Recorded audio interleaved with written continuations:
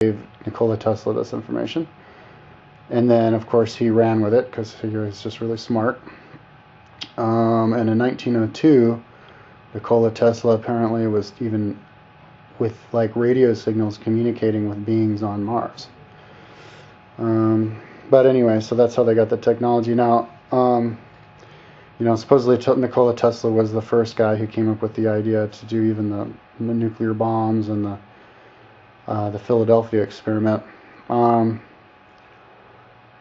which also was a time travel experiment. But so anyways, yeah, how it works, how the teleportation device works, he didn't get into that, and it's kind of a bummer because I mean that's like most of what I'm interested in. I mean, yeah, the stories are cool, but I'd like to know exactly how this teleportation device works. Maybe they just have to have a little thing on the other side to pick up your signal, but whatever. Anyways, but the interesting part about it is the time travel machine. Now, I think it's the same time travel machine that I saw David Wilcock talk about in this presentation the other day.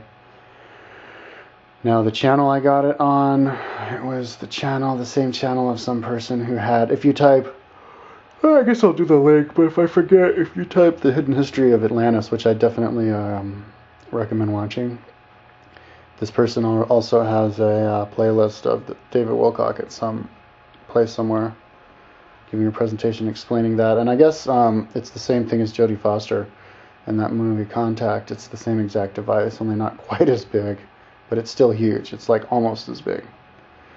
And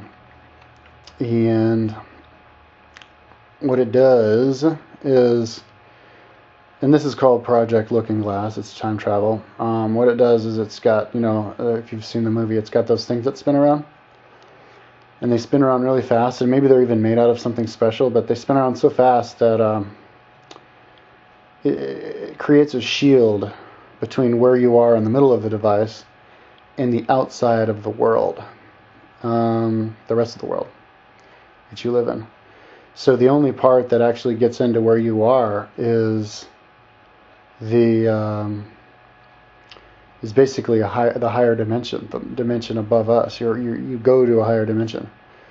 Your body stays in there and doesn't get dematerialized or anything, but your mind kind of, I guess, maybe the perception of your mind and your eyes or something can see into this higher dimension.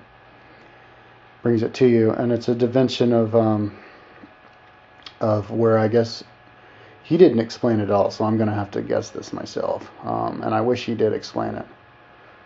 But it's, I'm talking about Andrew Basiago. I think David Wilcock sort of glanced over it, but you're in a higher dimension where basically it's all, like what you think is what you perceive.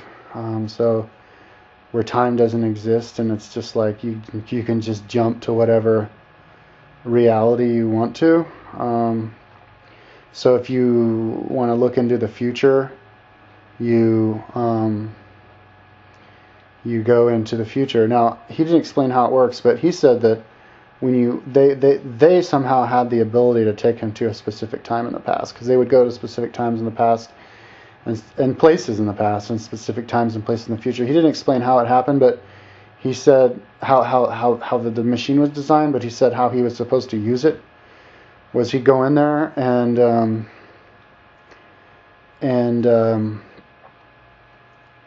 they'd turn it on, and basically what the machine is these things spin around and then it creates this big bubble, and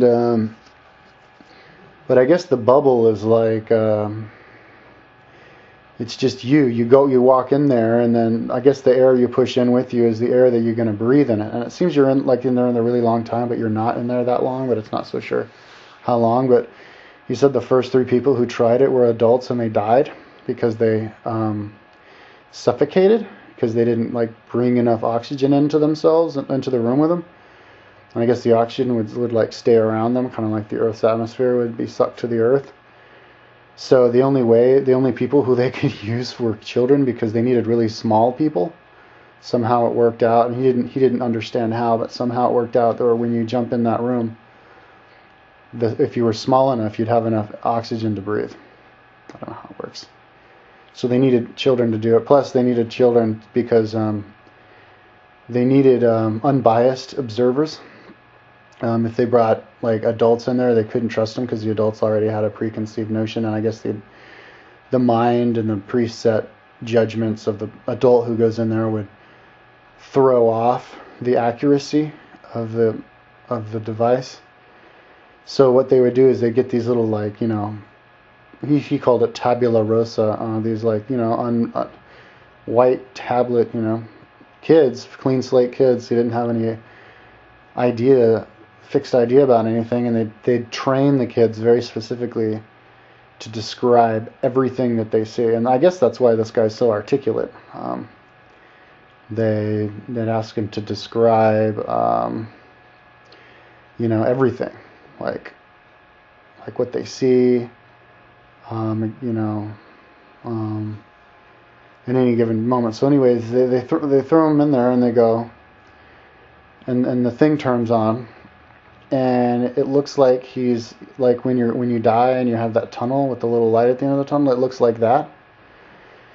It's kind of like a little light at the end of the tunnel with these, like, you know, the walls, the hazy walls of the wall kind of spiral into it, and like you feel like you're kind of like falling into that tunnel, like traveling through, like you're moving and not moving, like straight out of like that movie Philadelphia Experiment, but or Contact.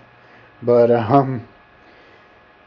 yeah, so then he would hear 3 clicks, and when he hears the clicks, he's supposed to look to his left and his right, and that's what he's supposed to hear. So I guess he didn't say this, but I'm guessing that what's happening is they have adult psychics, because they recruited kids who were psychic or who had psychic genetics, maybe because their parents were psychic or whatever, but they have these maybe adult psychics in there with these like little things connected to their heads. I'm guessing this myself, who would like imagine wherever they want to go to. So then that would be taking the kid.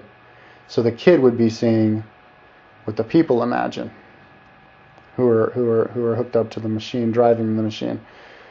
So it kind of has 2 parts, you know. It's like they'd have the driver drive you to wherever you want to drive, but the driver couldn't see what the driver was going. They had to rely on the kid to look out the window and tell them what they saw. So they brought him, I guess, on his first mission, they brought him forward to 2013, because I guess there's a problem in psychics. A lot of psychics say this, and maybe I think even in this project, that they have trouble looking past 2012. And I guess that's the reason for that, I heard, is that's when we're like in the new dimension where time doesn't exist, so you can't look into a time when time doesn't even exist. Now, I don't know what that means. Like, what does that mean? We get to live forever after that? That'd be awesome. And my mommy gets to live forever? Ooh, that'd be cool. But anyways, he goes there, and he saw that the White House was underwater, and it was covered in algae, and he goes... And he told the guy, and the guy's like, oh no, you know.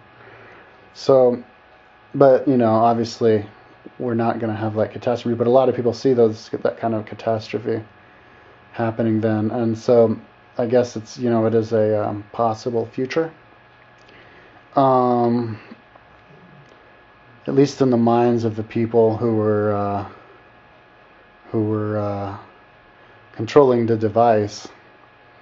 Jessica Mystic actually said that, like, well, you know, maybe the people who hooked up to the device, because they're military people, they just had the negative idea of the future, and so that's what they brought. And so, I mean, and you know, by the way, UFO contactee Dan Burish said I think he knows about that kind of a thing. Like, they were using that, looking into possible futures, and there was, you know, all kinds of catastrophes. So anyways, this is where it gets interesting. What Andy Basiago says is that the government's been using that since 1968. The government's been using that all the time in order to predict the future, or know what's going to happen in the future, and then push the future into a certain way to make what they want to happen, like to get their guy in presidency.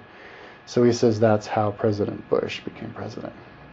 They saw in the future, they saw what they needed to do to make him president.